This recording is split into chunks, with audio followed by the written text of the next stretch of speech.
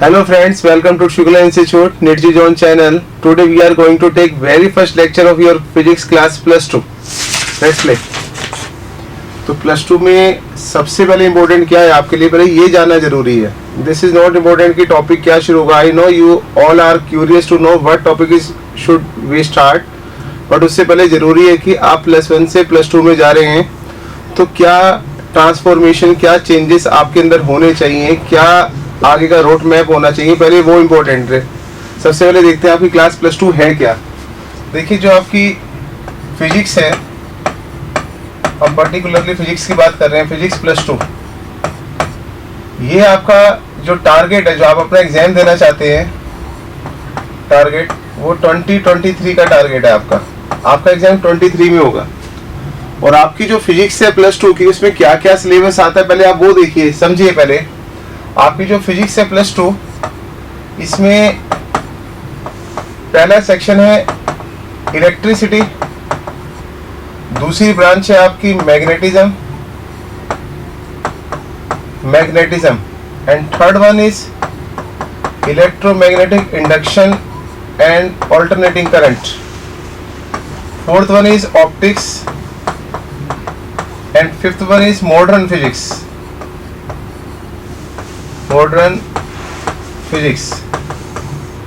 and last one is electromagnetic wave.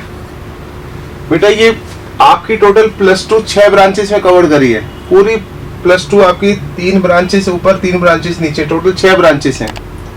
आपको पता होगा आपके जो सीनियर्स हैं जिनका एग्जाम इस साल 2022 में हो रहा है, आपको पता है उनका बोर्ड एग्जाम 2 पार्ट में स्प्लिट हुआ था. डू यू नो कि 2 पार्ट कहाँ तक है, कितना एक्सटेंशन है, कितना सिलेबस है, पहले आप वो देखिए.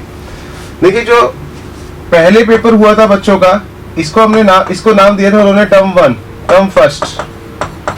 अभी जो बच्चों के पेपर कंडक्ट होंगे उसका जो ये सिलेबस है, ये है टर्म सेकंड. तो आपको पता होना चाहिए जो 3 ब्रांचेस है, ये आपका 50% सिलेबस कवर करती हैं. ये आपका 50% ऑफ क्लास प्लस 2 है, क्लास प्लस 2. और ये नेक्स्ट 50% हो गया आपका क्लास प्लस 2 का. अब इम्पोर्टेंट क्या, अभी इम्पोर्टेंट है 11th और 12th में क्या डिफरेंस है, क्या सिमिलैरिटीज है. तो 2-3 बातें आप अच्छे से समझिए. आपकी जो फिजिक्स दिखाई दे रही है ना प्लस 2 की, अगर 11 की सिलेबस को अगर आप 100% कहते हैं तो प्लस 2 का सिलेबस 100% में 40% और जोड़ दीजिए. इतना लेंथ है आपके सिलेबस का. ये आपकी लेंथ है क्लास प्लस 2 की. You got it what I am saying. ये आपके प्लस 2 के सिलेबस की लेंथ है, 40% लेंथ ही है. एक तो ये कंपैरिजन आ गया कि प्लस 2 का सिलेबस प्लस 1 से काफी लेंथी है. ब्रांचेस को देख के नहीं लगता कि हाँ काफी लंबा सिलेबस होगा, बट इट्स ह्यूज लेंथ, काफी लंबी लेंथ है ये. अब अगला पॉइंट क्या है जो आपको समझना चाहिए कि आपकी प्लस 1 की फिजिक्स इजी थी या प्लस 2 की फिजिक्स इजी है. तो इसका आंसर काफी क्रॉस आंसर है इसका, कि डिपेंड्स ऑन योर कॉन्सेप्ट्स. अगर आपका बिगिनिंग, आपका प्लस 2 का स्टार्टिंग पार्ट अगर काफी अच्छे से कवर होगा तो प्लस 2 आसान लगेगी. अगर आपने 11th में मिस्टेक्स करी थी तो 11th मुश्किल लगेगी. तो इजी मुश्किल कुछ नहीं होता. It depends upon your concept, your fundamentals, कि आप उन्हें किस तरीके से आप कवर करते हैं, इस पर डिपेंड करेगा. तो ये आपकी प्लस 2 का इंपॉर्टेंट पॉइंट जो है कि 11 की कंपेयर में प्लस 2 आसान या मुश्किल कुछ नहीं है. जस्ट ऑन लेंथ पे आप फोकस करिए कि लेंथ ही आपका सिलेबस काफी. Got it. नेक्स्ट पॉइंट और सुनते हैं, जरा समझिए. आपका जो ये 3 ब्रांचेस है ना, ये 3 ब्रांचेस ये आपस में इंटरकनेक्टेड है. अगर आपने इलेक्ट्रिसिटी अच्छे से नहीं करा तो मैग्नेटिज्म अच्छे से नहीं होगा. आपका मैग्नेटिक इलेक्ट्रिक पे डिपेंडेंट है पूरा, टोटल का टोटल डिपेंड करता है. मैग्नेटिज्म एक यूनिट आती है, समझिए. इस ब्रांच की एक यूनिट है जिसका नाम है मैग्नेटिक इफेक्ट ऑफ करंट. ये आपकी एक यूनिट है, मैग्नेटिक इफेक्ट ऑफ करंट. और करंट किस में आएगा, इलेक्ट्रिसिटी में. अगर आपने इलेक्ट्रिसिटी को अच्छे से नहीं करा तो आप करंट कैसे अच्छे से करेंगे, आप मैग्नेटिक इफेक्ट कैसे करेंगे. पहले आप इलेक्ट्रिसिटी करेंगे, उसके ऊपर आपका मैग्नेटिज्म स्टैंड करता है. अगर आप इस थर्ड ब्रांच को देखें तो इसके तो नाम में भी आपको दिखाई देगा कि ये तो उससे रिलेटेड है. EMM ये भी आपस में रिलेटेड है. तो प्लस 2 की फिजिक्स के कॉन्सेप्ट जो पहले 50% में आपको दिखाई दे रहा है, ये आपस में इंटरकनेक्टेड है. अगर आपने प्लस 2 को अच्छे से करना है तो आपको इलेक्ट्रिसिटी पे फोकस करना चाहिए अच्छे से। अगर आपने केयरलेसनेस दिखाई, अगर आपने सिंसियरिटी से काम नहीं किया और इलेक्ट्रिसिटी सपोज करिए आपका अच्छा नहीं गया, तो क्या होगा, आपकी पूरी +2 खराब हो जाएगी। तो आपका पूरा का पूरा +2 आपके पहले 1 मंथ की सिंसियरिटी पे डिपेंड करता है। जितना फर्स्ट मंथ में सिंसियर होंगे आपका सिलेबस उतना ही सिंप्लीफाइड हो जाएगा। Got it? आई होप कि आपको मेरी बात समझ आ रही है कि कितना इंपॉर्टेंट है ये सारा सिलेबस। चलिए अब एक पॉइंट और आपको बताते हैं। आपको पता है कि नेक्स्ट मंथ में आपके यूटी होते हैं, तो आपको जो यूटी का सिलेबस आएगा ना वो इस वाली ब्रांच से डिसाइड होगा। कुछ स्कूलों में पूरी इलेक्ट्रिसिटी ब्रांच यूटी में आती है, कुछ में इसका 50% आता है। हर ब्रांच में 2-2 यूनिट लगा के चलिए आप। इस ब्रांच में 2 यूनिट, 2 ऐसे करके टोटल 10 to 12 यूनिट्स आपके सिलेबस में है। फिर आपको रिपीट करो कि आपका सिलेबस काफी लेंथी है, पहला पॉइंट। दूसरा पॉइंट, सारा सिलेबस इंटरकनेक्टेड है। अगर आप काफी सिंसियरिटी से, अवेयरनेस के साथ पहले 1 मंथ काम करेंगे तो आगे आपकी प्रॉब्लम सॉर्ट आउट हो जाएगी, आगे आपको मुश्किल दिखाई नहीं देगा। बट अगर आपने बेसिक छोड़ दिए तो फिर आप पूरे साल परेशान रहेंगे। तो ये आपके बारे में था सिलेबस का फर्स्ट राउंड। अब हम लोग चलेंगे पर्टिकुलर ब्रांच के ऊपर। अब हमने कौन सा सिलेबस शुरू करना है? हमने आपकी पहली ब्रांच शुरू करनी है जिसका नाम है क्या? इलेक्ट्रिसिटी। इलेक्ट्रिसिटी आपकी फर्स्ट ब्रांच है। अगर मैं आपसे एक बेसिक सा क्वेश्चन पूछूं, आप लोग रिकॉर्डिंग देख रहे हैं मुझे पता है, आप रिकॉर्डिंग देखते हो ना, एक पॉइंट जरा सोचिए जरा आप लोग। अगर मैं आपसे पूछता हूँ इलेक्ट्रिसिटी क्या है, तो अपने आप को आंसर दीजिए। I am giving you 30 second to reply yourself कि what is the meaning of electricity. First word आपके माइंड में क्या आता है? तो आंसर आएगा करंट। ये गलत है। इलेक्ट्रिसिटी करंट से रिलेटेड है, बिल्कुल ठीक बात है, बट इलेक्ट्रिसिटी करंट नहीं होती। इलेक्ट्रिसिटी का मतलब है चार्ज। चार्ज के बारे में पढ़ना इलेक्ट्रिसिटी है। Electricity doesn't mean only current. Electricity means study of charge. तो इलेक्ट्रिसिटी का क्या मीनिंग बना? Study of A charge. आप चार्ज के बारे में पढ़िए तो आप इलेक्ट्रिसिटी पढ़ रहे हैं, ध्यान रखना। इलेक्ट्रिसिटी का मतलब है चार्ज के बारे में पढ़ना। चार्ज को समझेंगे तभी इलेक्ट्रिसिटी आपका फॉलो होगा। अब सुनिए आगे। इलेक्ट्रिसिटी 2 तरह की होती है। एक रेस्ट में, आपके सामने जो चार्ज आएगा वो रेस्ट में आएगा या मोशन में आएगा। अगर चार्ज रेस्ट में आएगा तो एक डिफरेंट इलेक्ट्रिसिटी बनाएगा जिसका नाम है इलेक्ट्रोस्टैटिक्स। इलेक्ट्रोस्टैटिक्स। और अगर मोशन में आएगा तो एक ब्रांच, एक यूनिट बनाएगा आपकी नई, जिसका नाम है करंट इलेक्ट्रिसिटी। Current electricity. ये आपकी यूनिट फर्स्ट है, ये आपकी यूनिट सेकंड है। अब आप एक बात बताइए कि आपको इलेक्ट्रिसिटी ब्रांच शुरू कर रही है, आंसर आएगा yes.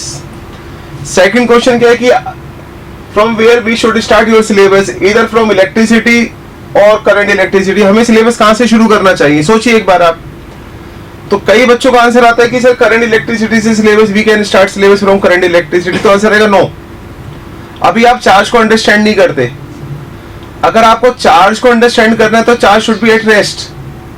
You can't study about the charge when charge is in motion. तो अगर आपको चार्ज समझना है तो it should be at rest only. तो आपको कौन सी ब्रांच शुरू करनी है? आपको इलेक्ट्रोस्टैटिक शुरू करना पड़ेगा, क्योंकि आप चार्ज अंडरस्टैंड करना चाहते हैं। जब चार्ज अंडरस्टैंड होगा तो करंट अंडरस्टैंड होगा। I hope you are trying to understand मैं बोलना क्या चाहता हूं। तो आपने इलेक्ट्रोस्टैट से सिलेबस शुरू करना है क्योंकि इसमें चार्ज रेस्ट में होगा। डन। तो we are going to start your electrostatic unit, particular unit, क्योंकि हम चार्ज को स्टडी करना चाहते हैं। तो इलेक्ट्रोस्टैटिक्स क्या बना? ये बना आपका study of A charge at rest. Charge के बारे में पढ़ना जब वो किस में होगा? रेस्ट में होगा। उसे हम बोलेंगे क्या? इलेक्ट्रोस्टैटिक्स। अब इधर देखिए जरा। अब हम लोग आपकी इलेक्ट्रोस्टैटिक्स यूनिट के बारे में पर्टिकुलरली एक यूनिट के ऊपर आ गए हम लोग। ठीक है, पहले सिलेबस देखा हमने, आपका टारगेट देखा, 2023 में आपने एग्जाम देना है। फिर हमने आपका सिलेबस देखा, सिलेबस के बाद हमने ब्रांच सिलेक्ट करी, ब्रांच के बाद अब एक पर्टिकुलर यूनिट सिलेक्ट करी है जिसका नाम क्या है?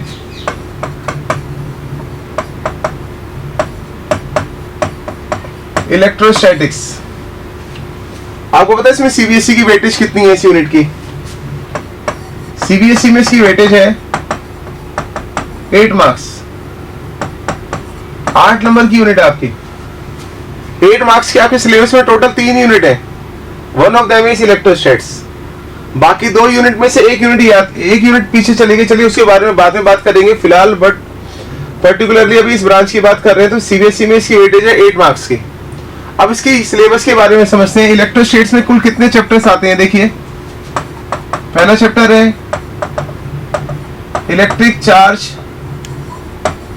And force.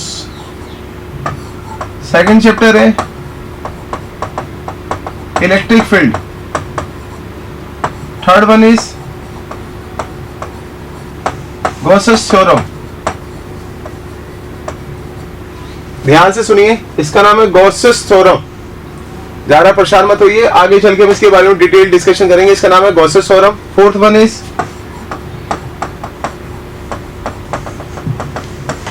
Electric potential and last one is capacitance. ये आपका सिलेबस है यूनिट फर्स्ट का। आई होप कि आपको समझ आ गया कि आपका सिलेबस क्या है, आपका ब्रांच कौन सी हमने सिलेक्ट करी है, आपकी पर्टिकुलर यूनिट कितनी लेंथी है, उसकी सीबीएसई वेटेज है, इसकी एंट्रेंस में भी काफी वेटेज है। बट हम पर्टिकुलरली ना अभी आपके सिलेबस के बारे में, सीबीएसई के बारे में फोकस कर रहे हैं, तो आपको सीबीएसई से रिलेटेड बातें समझाएंगे अभी।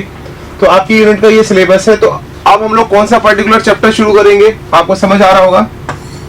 अब हम शुरू करेंगे इलेक्ट्रिक चार्ज एंड फोर्स। अब आप देखेंगे इलेक्ट्रिक चार्ज और फोर्स में क्या है। तो हम शुरू करते हैं पर्टिकुलर टॉपिक जिसका नाम है electric charge. Electric charge and forces. देखिए पहली हेडिंग समझिए। पहली हेडिंग क्या है? इलेक्ट्रिफिकेशन। ये आपकी पहली यूनिट की वेरी फर्स्ट हेडिंग है जिसके ऊपर हम लोग बात करेंगे, डिटेल डिस्कशन करना चाहते हैं। इलेक्ट्रिफिकेशन। इलेक्ट्रिफिकेशन क्या है, चलिए इसको जल्दी से कवर करते हैं। देखिए, in your childhood you did a magic, you took a scale and rub with your silky hair and pick the pieces of paper, you did. तो आंसर आएगा यस, आपने ये किया।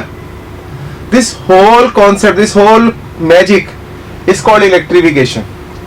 आई am repeating again, the magic that you did in your childhood, you picked pieces of paper by rubbing this with your silky hair.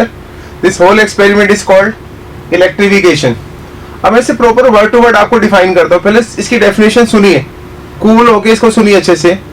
Electrification क्या होता है?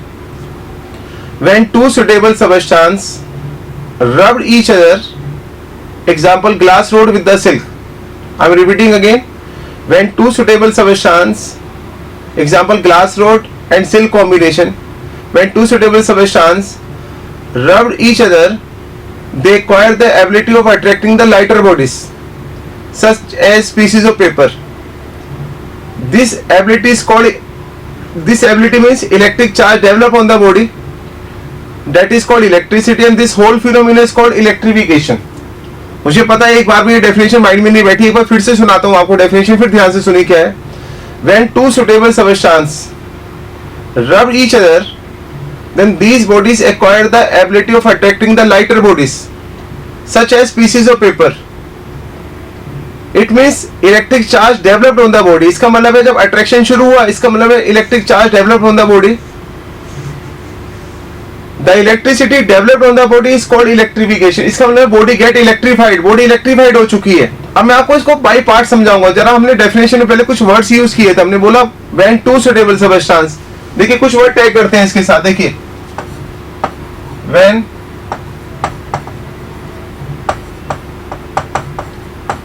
two suitable substances, दूसरा word क्या था? rubbed each other। जब हम इनको रब किया, when two suitable substances rub each other।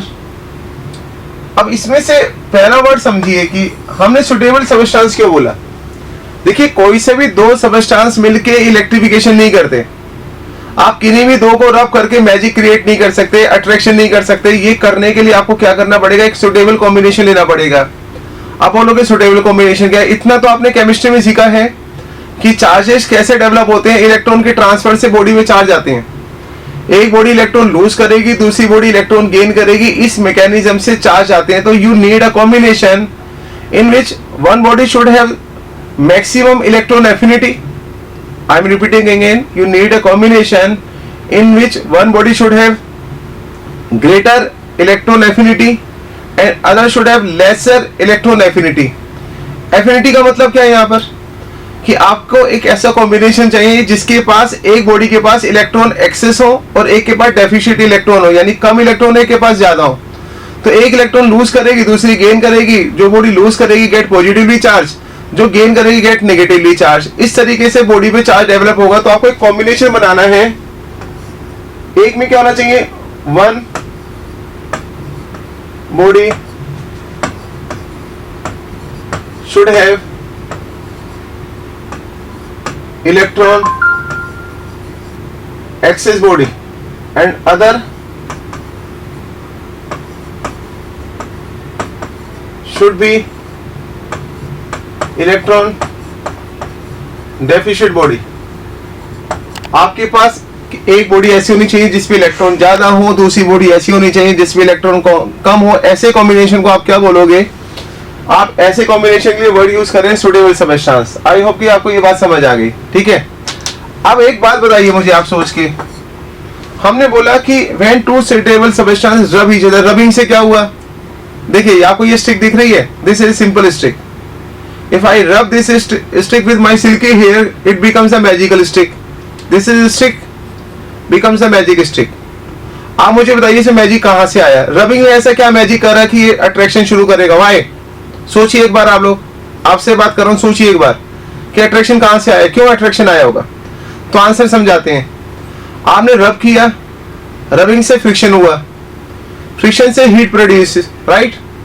Rubbing से फ्रिक्शन, फ्रिक्शन से होगी हीट प्रोड्यूस, और जो हीट प्रोड्यूस होगी that heat produce acts as the ionization energy, and you know very well what is ionization energy, which required to knock out electron from valence shell। तो आपने rubbing से friction किया, friction से heat produce, heat produce ने क्या करा, electron को का आयनाइजेशन कर दिया, एक बॉडी से ट्रांसफर कर दिया।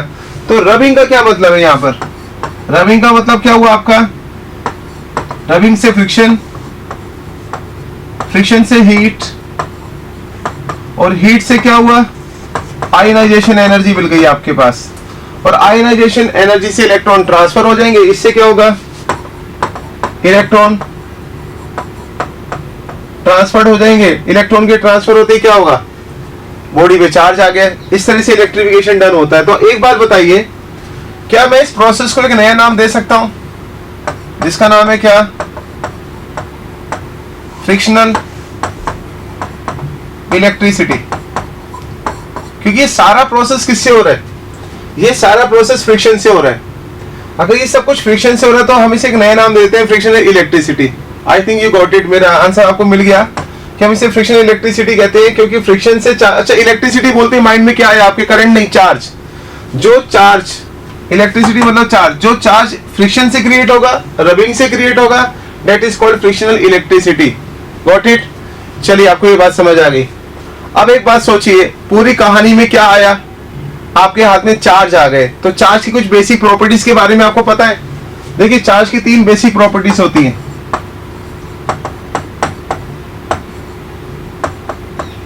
बेसिक प्रॉपर्टी में फर्स्ट, सेकंड, थर्ड। फर्स्ट के बारे में बात नहीं करेंगे, सेकंड की बात नहीं करेंगे, आपको बाई चाइल्डहुड आती है, ऑलरेडी आपको पता है। लाइक चार्जेस रिपेल करते हैं, आता है ना, अनलाइक चार्जेस अट्रैक्ट करते हैं, वो भी आपको आता है। तीसरी प्रॉपर्टी काफी इंटरेस्टिंग है, उसको बताने से पहले आप इस टॉपिक पे वापस आइए, आप इसको देखिए और सोचिए कि कोई ऐसा क्वेश्चन है जो अभी अनफोल्ड है, जिसको अभी हमने खोला नहीं, जिसका डिस्कशन नहीं हुआ। आप अगर ढंग से लेक्चर सुन रहे हैं, सिंसियरिटी से देख रहे हैं, तो एक क्वेश्चन अभी मिस कर दिया आपने। सुनिए वो क्वेश्चन क्या था। आपने रबिंग किया किसके बीच में, ग्लास रॉड और सिल्की हेयर के बीच में आपने रब किया, चार्ज डेवलप हो गए।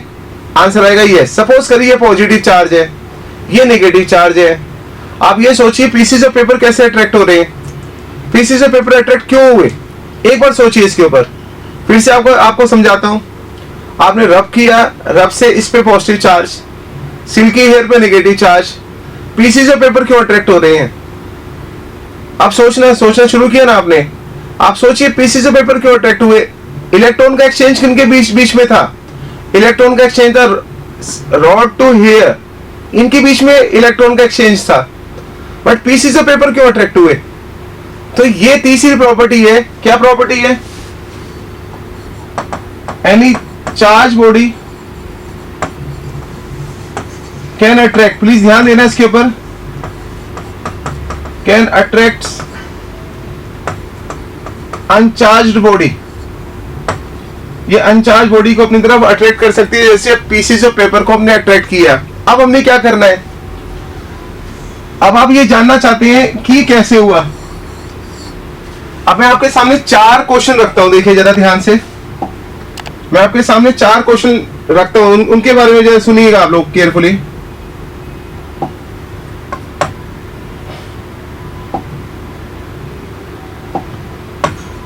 देखिए मैं आपके सामने 4 क्वेश्चन रखने वाला हूं, प्लीज उनको जरा ध्यान से देखना। मुझे आपको 4 क्वेश्चन बताने, जरा प्लीज देखिए। पहला क्वेश्चन बहुत सिंपल सी बात है। आपका सबसे पहला क्वेश्चन ये कि कोई भी चार्ज बॉडी अनचार्ज बॉडी को अट्रैक्ट कैसे करती है? हाउ। तो ये पहला क्वेश्चन हो गया, how a charge body attracts uncharged body. ये पहला क्वेश्चन है। अब सेकंड क्वेश्चन सुनिए, मैं आपसे क्वेश्चन पूछता हूं, उसका आंसर दीजिए प्लीज। रिकॉर्डिंग में सिंसियरिटी से देखिए, काफी इंपॉर्टेंट क्वेश्चन पूछने वाला हूं आपसे। आंसर दीजिए कि can 2 similar charge bodies attract each other. ध्यान से नहीं सुना, फिर सुनिए। Can 2 similar charge bodies attract each other? तो 100% बच्चे आंसर देते हैं no. Similar charge means like charge, like charge हमेशा रिपेल करते हैं। तो बच्चों का आंसर आता है सर ये रिपेल करेंगे, अट्रैक्ट नहीं करेंगे। तो आंसर आएगा yes they can attract each other. Why? Answer देंगे ना, 1 by 1 देंगे। पहले क्वेश्चन देखते हैं। दूसरा क्वेश्चन क्या है? Can 2 similar charge bodies